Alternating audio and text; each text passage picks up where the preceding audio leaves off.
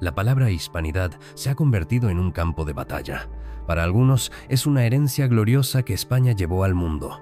Para otros, un eufemismo que encubre violencia y dominio. Y entre ambos extremos, un concepto cada vez más difuso, usado para ganar discusiones políticas pero no para entender la historia. El problema es que, cuando una idea pierde precisión, deja de describir el pasado y empieza a fabricar mitologías. En este video vamos a intentar detener esa deriva, no para destruir la hispanidad ni para defenderla, sino para preguntarnos qué es realmente, qué parte es historia y qué parte es fantasía patriótica, qué parte es una creación reciente y qué parte proviene de procesos que comenzaron mucho antes de que existiera algo llamado España. Porque si vamos a hablar de herencia, identidad o imperio, primero tenemos que responder una pregunta incómoda. ¿Puede haber hispanidad si durante la mayor parte de la historia España no existía? Este es el primer capítulo de una trilogía donde veremos cómo se inventó España, cómo se construyó un imperio y cómo se fabricaron las leyendas negras y doradas que hoy distorsionan nuestra comprensión del pasado. Y todo comienza en un lugar inesperado. En una península fragmentada, diversa y profundamente mezclada que nada tenía que ver con la nación homogénea que algunos imaginan hoy. Ay, por ver a la reina mora, la belleza que tendrá.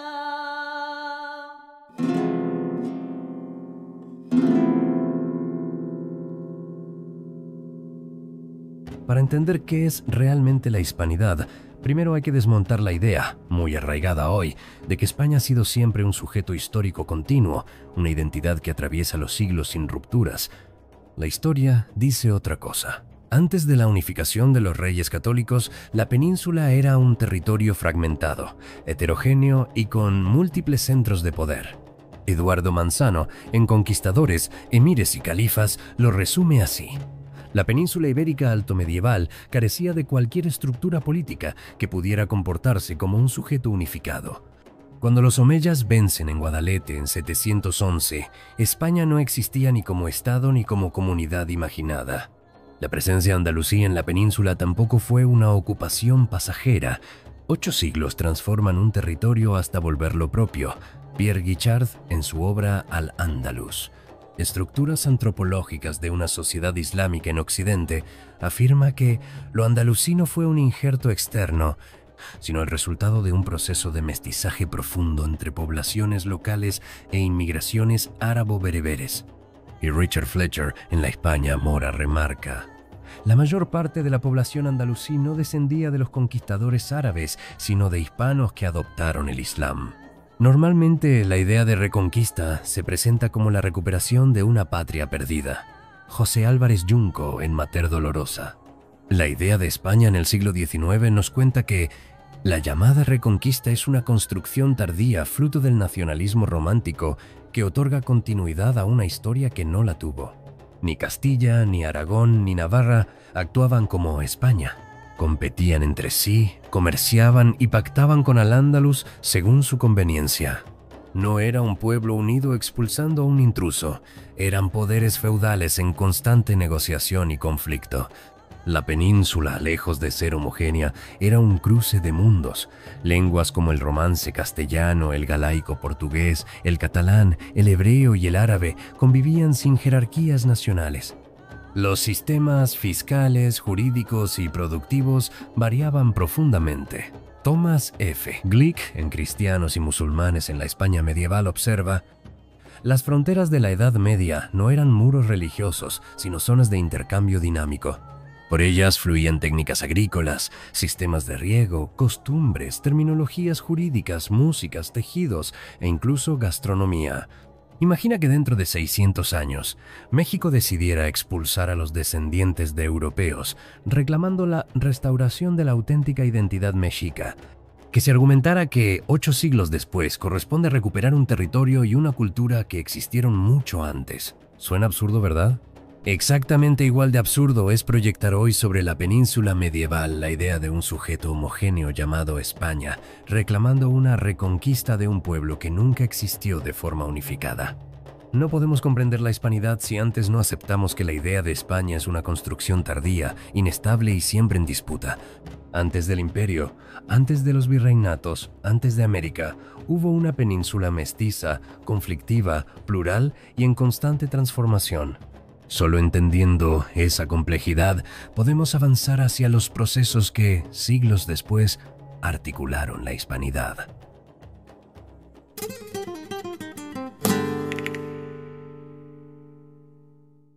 El término Reconquista comenzó a difundirse mucho después de que terminaran las guerras medievales, sobre todo entre los siglos XVIII y XIX, cuando Europa entera buscaba relatos de origen para legitimar los nuevos estados. No se trataba de describir el pasado, se trataba de darle un sentido común. Historiadores como Modesto Lafuente y su monumental Historia General de España, publicada entre 1850 y 1869, fueron decisivos. Lafuente presenta más de 1000 años de conflictos dispersos como una larga epopeya nacional, una narrativa lineal cuyo objetivo no era la exactitud histórica sino la construcción emocional de una identidad común.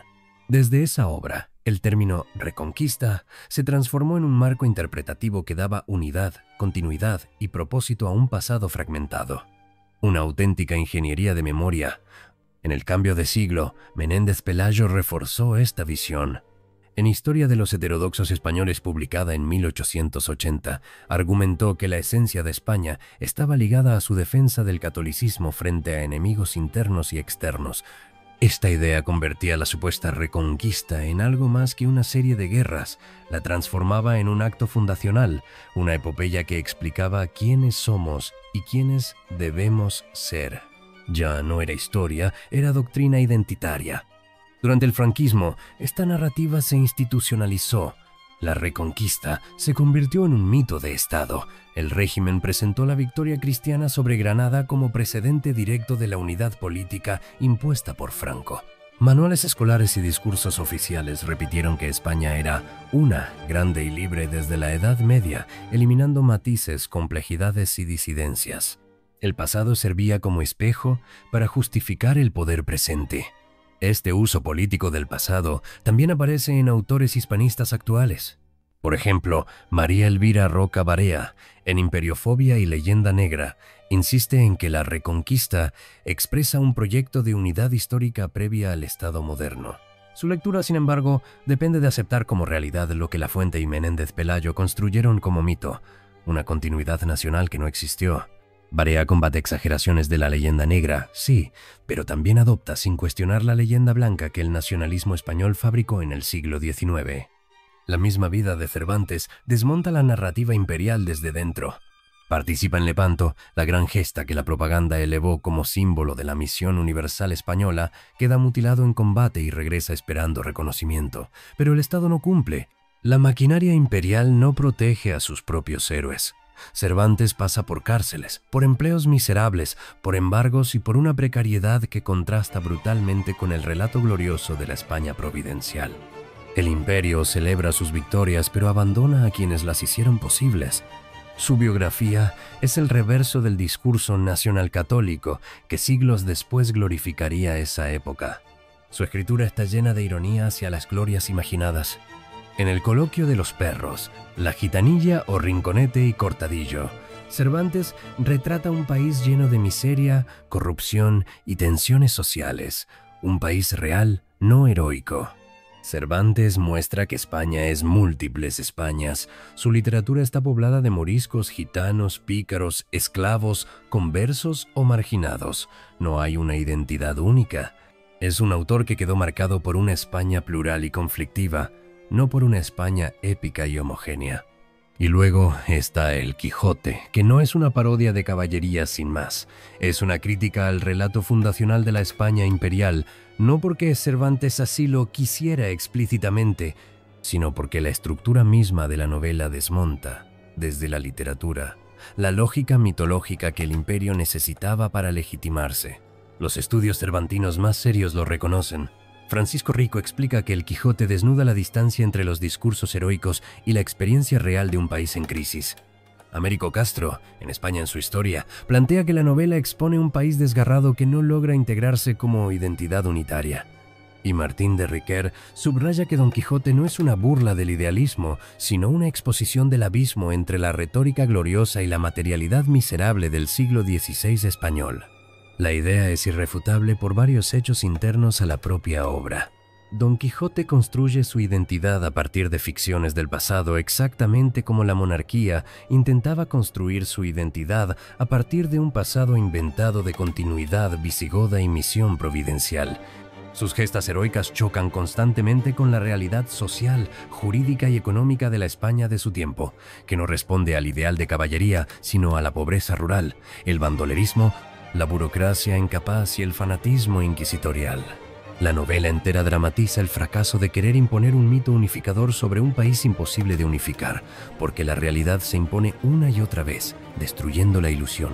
Es exactamente lo que pasaba con el proyecto imperial, un relato grandioso que no conseguía asentarse en un cuerpo social fragmentado y con tensiones irresueltas desde la Edad Media. La novela más importante de la literatura española se convierte paradójicamente en la crítica más profunda al proyecto identitario que España intentaba consolidar, no por militancia política, sino por estructura. La ficción se derrumba ante la realidad, igual que el proyecto imperial intentó imponerse sobre una península que no respondía a él. La reconquista no es un hecho medieval, sino una herramienta moderna para dotar de sentido, unidad y heroísmo a un pasado diverso. Un mito político que sigue operando hoy como clave emocional del discurso hispanista.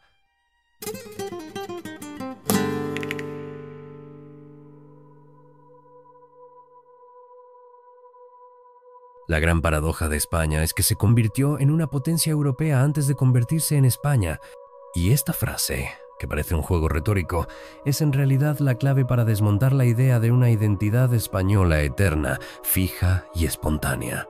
Porque si el poder antecede a la identidad, entonces la identidad es un producto político, no un destino natural.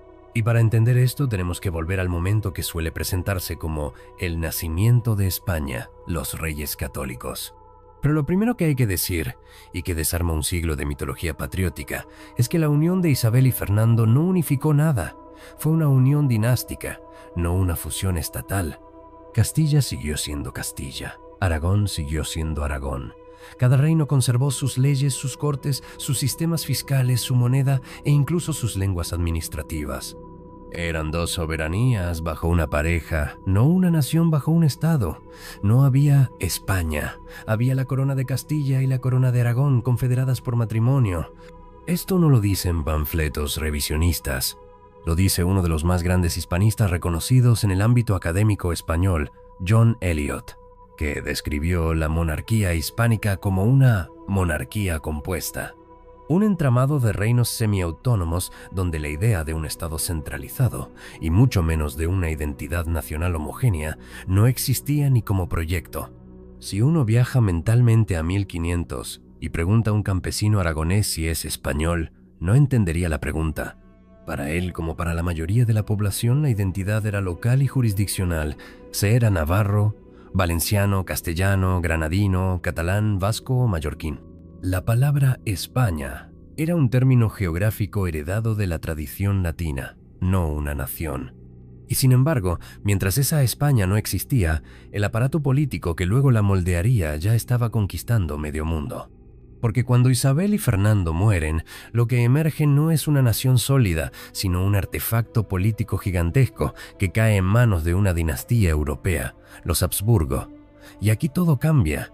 Carlos I de España y de Alemania llega al trono no por un proyecto español, sino por una red de herencias familiares que mezclan Borgoña, Austria, Castilla, Aragón y los Países Bajos. Lo que dirigirá Carlos no es un país, sino un mosaico feudal transnacional, sostenido por banqueros alemanes, los Fugger, y por guerras constantes contra Francia. Antes de que a nadie se le ocurriera hablar de identidad española, ya existía un imperio militar, fiscal y diplomático organizado desde la península. Un imperio que producía hegemonía, pero nada de hispanidad. Y mientras tanto Europa entraba en llamas. La reforma de Lutero explotaba en Alemania. Inglaterra se separaba de Roma. Los principados italianos se devoraban entre sí, y solo un actor tenía la legitimidad o la pretensión de defender la unidad católica, la monarquía hispánica. No era España defendiendo la fe. Era una monarquía compuesta defendiendo su legitimidad política a través de la fe. La religión se convirtió en el cemento ideológico que permitía gobernar territorios sin identidad común. El catolicismo fue, antes que una convicción espiritual, un pegamento estatal. Por eso Felipe II no construye una nación, construye una burocracia imperial. Centraliza la administración en Castilla, pero mantiene las particularidades de cada reino porque sin ellas el edificio se derrumba. España como nación no existe. Lo que existe es un estado dinástico que coordina diferencias. Y mientras todo esto sucede, el corazón del capitalismo moderno empieza a latir lejos de Castilla. En Holanda y en Inglaterra nace la revolución bancaria, comercial y financiera que dará forma al capitalismo. Y lo extraordinario es que este capitalismo nace luchando contra el poder de los Habsburgo, que representan el viejo orden feudal y católico. España es el árbitro militar de Europa, pero no su motor económico. Es potencia política antes que nación, es imperio antes que Estado moderno, es hegemonía antes que identidad. Este detalle es crucial porque rompe un mito fundamental del nacionalismo español contemporáneo, la idea de que España es una continuidad histórica natural. La verdad es la contraria. España es el resultado de un Estado que necesitó inventar una identidad para sostener un poder previo. En el siglo XVI, España domina Europa sin ser España. En el XVII, pierde Europa sin ser España. Y solo en el XVIII, con los Borbones, empieza tímidamente el proyecto de transformación de ese monstruo compuesto en un Estado moderno y unificado, aunque la identidad nacional aún tardaría más de un siglo en consolidarse. La península nunca fue un tronco único del que salieron ramas, fue un racimo de reinos. Y solo cuando el poder político se volvió demasiado grande para no tener un nombre, nació muy tarde la narrativa de la nación española.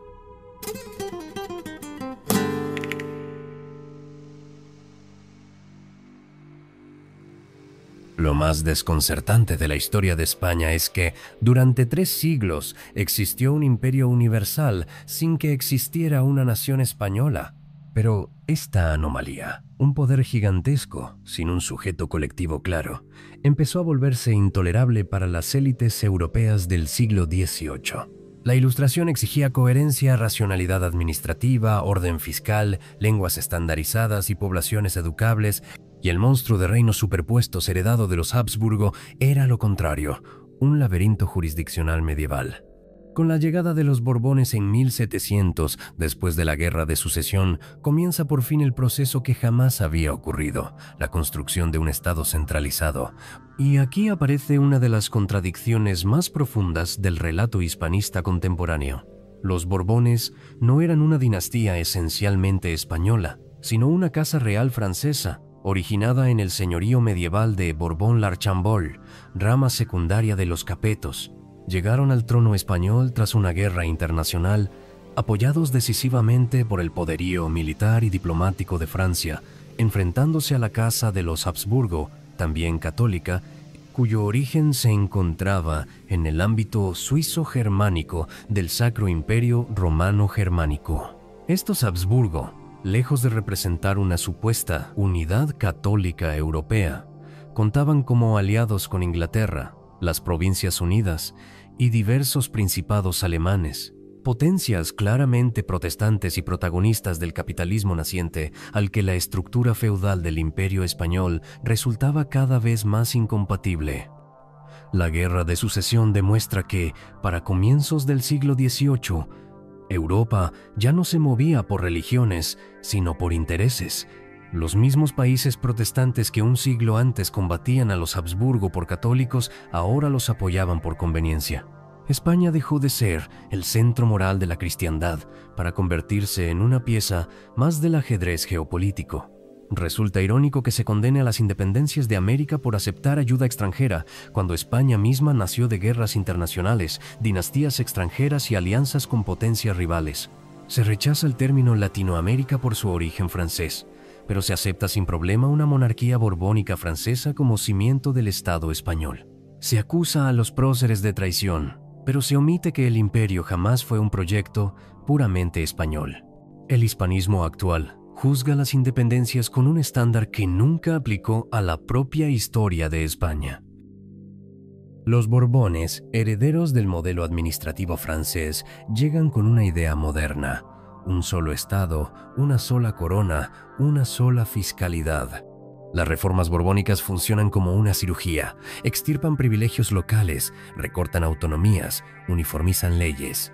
Lo que no hicieron los reyes católicos, lo que no hicieron Carlos V ni Felipe II, lo hacen ahora, porque la razón ilustrada tiene un objetivo político: que todos los súbditos sean comparables, clasificables, gobernables, y para eso hace falta homogeneidad.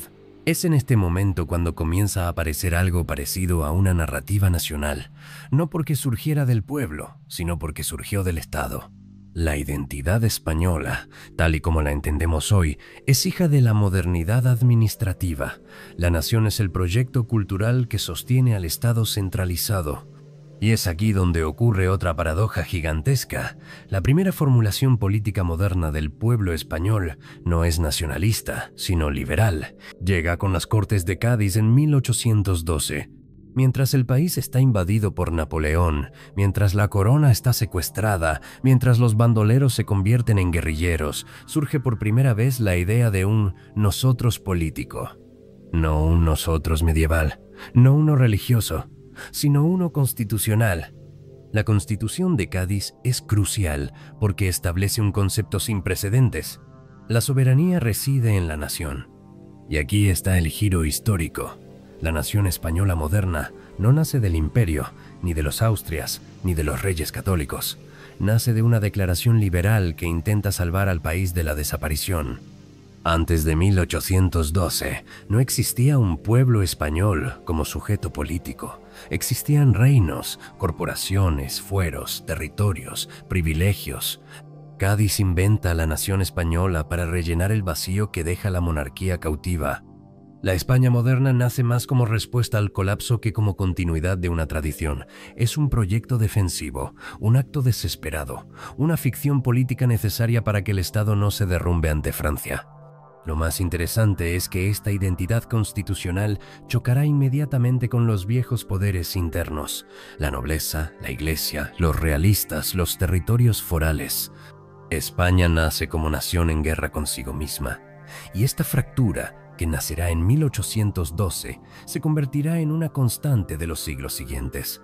Liberales versus absolutistas, progresistas versus moderados, repúblicas versus monarquías, federalistas versus centralistas.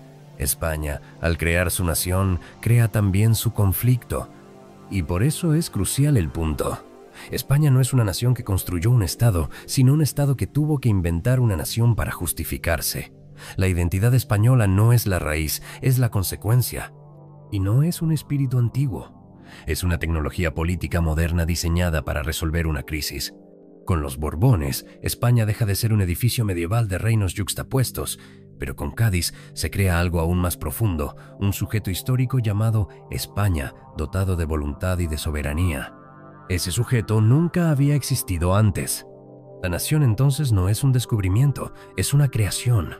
Y como toda creación política, depende del poder que la sostiene.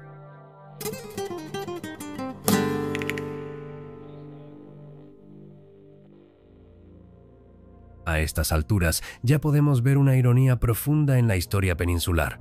El mismo proceso que convierte a España en un Estado moderno es el que hace imposible la continuidad del imperio. Una paradoja que el discurso hispanista actual rara vez menciona, porque desmonta por completo la idea de una ruptura provocada por traidores o potencias extranjeras. La caída del imperio no fue un rayo desde el cielo, fue el resultado lógico de una transformación interna. Durante siglos, la monarquía hispánica había funcionado como lo que John H. Eliot describe en Imperios del Mundo Atlántico y la España Imperial. Una monarquía compuesta, un entramado de reinos, fueros, privilegios, autonomías regionales y pactos negociados. No había un único centro ni una identidad política uniforme. La corona gobernaba mediante un sistema flexible, ambiguo e irregular, que funcionaba precisamente porque no intentaba homogeneizarlo todo. Esa flexibilidad era su fortaleza. Pero esa estructura empezó a resquebrajarse en el siglo XVIII, cuando la Nueva España borbónica quiso convertirse en un estado racionalizado y centralizado, siguiendo el modelo francés. Los Borbones introdujeron reformas fiscales, administrativas y militares que buscaban unificar criterios, eliminar privilegios locales y someter territorios diversos a una misma burocracia. Fue el nacimiento del Estado moderno y al mismo tiempo la agonía del imperio, porque aquello que hacía posible la cohesión imperial, la diversidad articulada, la negociación permanente, los pactos territoriales, entró en choque frontal con la nueva lógica centralista. Las reformas borbónicas pretendían modernizar, sí, pero también recentralizar. La corona necesitaba recursos, lealtad directa, uniformidad institucional. Y esa presión no solo tensó a la península, transformó radicalmente la relación con los territorios americanos, que dejaron de ser reinos dentro de una monarquía compuesta y pasaron a ser administraciones subordinadas a una idea de Estado que no había existido antes.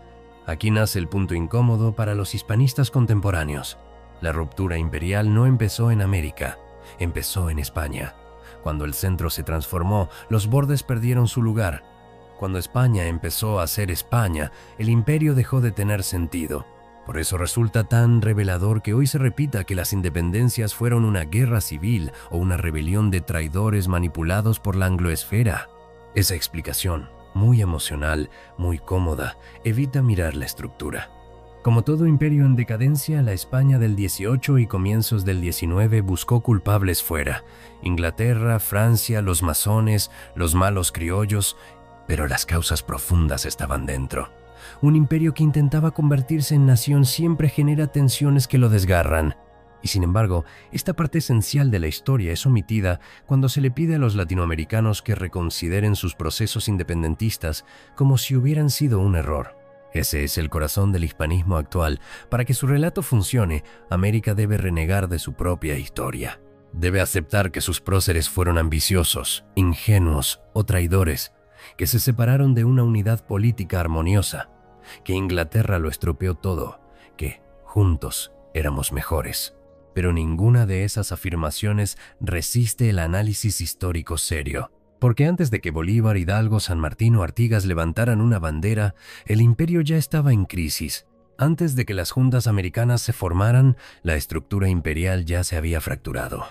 Y antes de que un solo territorio declarara su independencia, España había dejado de ser la monarquía que podía sostener un imperio global. Lo que después llamamos independencias es en realidad parte del mismo proceso que da origen al Estado español contemporáneo, una consecuencia histórica, no una causa, una simultaneidad de crisis, no una traición. Tristemente, muchos latinoamericanos entusiastas del hispanismo, ante la frustración que generan las realidades políticas de sus propios países, se aferran a una narrativa que promete una identidad fácil.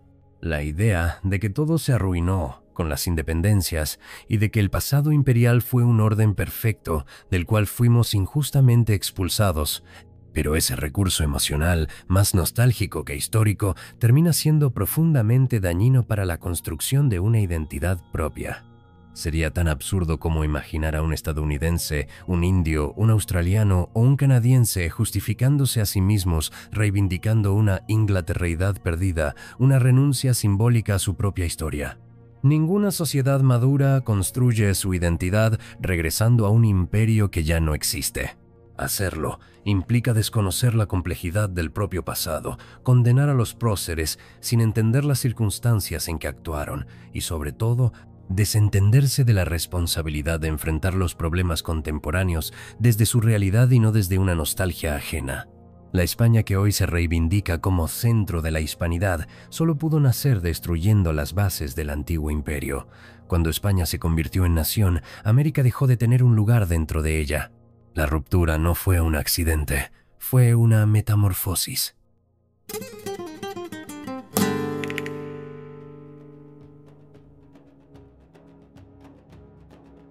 Lo que suele quedar fuera del relato hispanista es que España llegó tarde a casi todos los procesos que definieron la modernidad europea. Mientras los reinos del norte se reacomodaban tras la reforma protestante y, como explica Max Weber, la ética luterana transformaba lentamente la mentalidad del trabajo, la riqueza y la responsabilidad individual, sentando bases culturales que luego favorecerían el desarrollo capitalista, España siguió anclada a un modelo político y religioso que veía con enorme sospecha cualquier atisbo de modernidad. No es que el protestantismo creara al capitalismo de forma mágica, como repiten algunos simplificadores, pero sí es cierto que generó un ecosistema cultural donde el mercado podía expandirse sin que la Iglesia fuese un freno permanente. En cambio, en la monarquía hispánica, la contrarreforma convirtió a la sospecha y al control en virtudes políticas. El cambio era peligroso, la lectura era peligrosa, el lucro era peligroso. Y ese desfase no fue una opinión, fue un hecho histórico.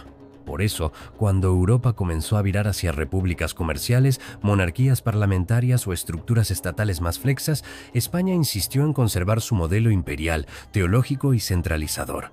Inglaterra limitó el poder de su rey, Holanda inventó la sociedad anónima y el mercado financiero moderno. Francia desarrolló burocracias estatales dedicadas a la administración pública, pero España reforzaba la Inquisición, perseguía herejías y seguía concibiendo la riqueza como botín a extraer de territorios conquistados. Y no es que Francia o Inglaterra fuesen mejores, es que el mecanismo que articulaban para esos fines era diferente. La monarquía hispánica no solo no se alineó con la modernidad, se convirtió, sin quererlo, en su mayor obstáculo. Y ahí comienza algo que los hispanistas como Roca Barea suelen dejar de lado. Europa no se alzó contra España porque la odiara o porque la envidiara. Se alzó porque el modelo imperial hispánico era incompatible con la nueva lógica económica y política del continente. La guerra de los Países Bajos no fue un capricho de herejes manipulados por Inglaterra, como repiten las lecturas prohispanistas. Fue una rebelión de ciudades comerciales que financiaban su propia prosperidad y que se negaban a que un imperio lejano amenazara su autonomía política y su riqueza local. Amberes, uno de los centros financieros más importantes del mundo, no cayó víctima del odio anticatólico. Cayó porque España necesitaba aplastar ese núcleo moderno para sostener su modelo premoderno. Cuando Inglaterra y Francia, enemigos tradicionales, se aliaron contra el poder español, no era un complot irracional ni una conspiración anticatólica. Era una alianza pragmática contra una potencia que bloqueaba el comercio, saturaba las rutas marítimas y defendía una economía cerrada y autoritaria en un continente que ya se movía hacia otra dirección. Aquí, de nuevo, aparece la distorsión hispanista, la leyenda negra. Roca Barea y otros autores la presentan como una campaña diabólica, inventada por rivales para destruir la imagen de una España inocente. Pero en realidad, como cualquier propaganda de guerra, surgió en el contexto de conflictos concretos, guerras religiosas, rivalidades comerciales, intereses geopolíticos. La diferencia es que, mientras Inglaterra e incluso Francia reformaron sus instituciones, España siguió produciendo razones para que esa propaganda siguiera funcionando. La violencia contra protestantes, la represión en Flandes, los procedimientos inquisitoriales, los autos de fe, los abusos coloniales, las crisis fiscales, las bancarrotas del Estado, no fueron inventos extranjeros. Fueron realidades documentadas por historiadores españoles, no solo por enemigos de España. La propaganda se montó sobre hechos reales, amplificados, sí, pero no inventados. Cuando Napoleón invade España, los hispanistas lo explican como un golpe traicionero que destruyó un estado sano y próspero. Pero la verdad es que el imperio español llevaba más de un siglo en decadencia, exhausto económicamente, atado a una estructura administrativa que había sido incapaz de reformarse. Napoleón no destruyó un estado fuerte, empujó a un gigante envejecido cuya burocracia había sido diseñada para sostener un imperio, no para gobernar sociedades modernas. La invasión reveló que España no tenía instituciones políticas capaces de resistir sin la figura del monarca ni una ciudadanía con espacios de participación real. Y cuando la monarquía cae prisionera, el imperio entero se desmorona porque la única columna vertebral que lo sostenía era el rey. De ahí nacen las independencias americanas, no como un acto de traición ni como un producto de la leyenda negra, sino como una reacción a la imposición tardía y forzada del Estado español moderno sobre territorios que nunca habían sido integrados de manera plena y justa. Cuando se intenta uniformar súbitamente América desde Cádiz, cuando se pretende centralizar tributación, comercio, leyes y administración sin considerar la diversidad local ni los intereses creados durante siglos, el resultado es la rebelión. No porque América odiara a España, sino porque los espacios de poder criollos, las economías regionales y los proyectos políticos en formación no podían sobrevivir bajo un Estado que apenas estaba siendo inventado y que pretendía aplicarse desde cero sobre sociedades profundamente distintas. Las independencias fueron la respuesta lógica a una modernización que España no había hecho consigo misma, pero que quiso imponer repentinamente sobre sus colonias. Y así cae el imperio, no por culpa de Inglaterra, ni de la leyenda negra, ni de conspiraciones protestantes, sino porque España no logró convertirse en un Estado moderno a tiempo, porque defendió un modelo imperial cuando el mundo ya se movía hacia otra dirección, y porque pretendió gobernar territorios inmensos con instituciones que nunca habían sido pensadas para la diversidad, la deliberación o el desarrollo económico sostenido. La razón de las independencias fue, en realidad, la incapacidad de España de ofrecer un proyecto político viable para sociedades que ya estaban pensando y actuando en términos propios. En el próximo video, exploramos otra arista de esta idea llamada hispanismo. La conquista, cómo y por qué nació. ¿Qué ocurrió en esos primeros años, donde se fundó no solo un imperio, sino la identidad profunda de los pueblos americanos? ¿Por qué seguimos atrapados entre la épica heroica y el relato del genocidio absoluto? ¿Y qué dice eso sobre el mundo que heredamos?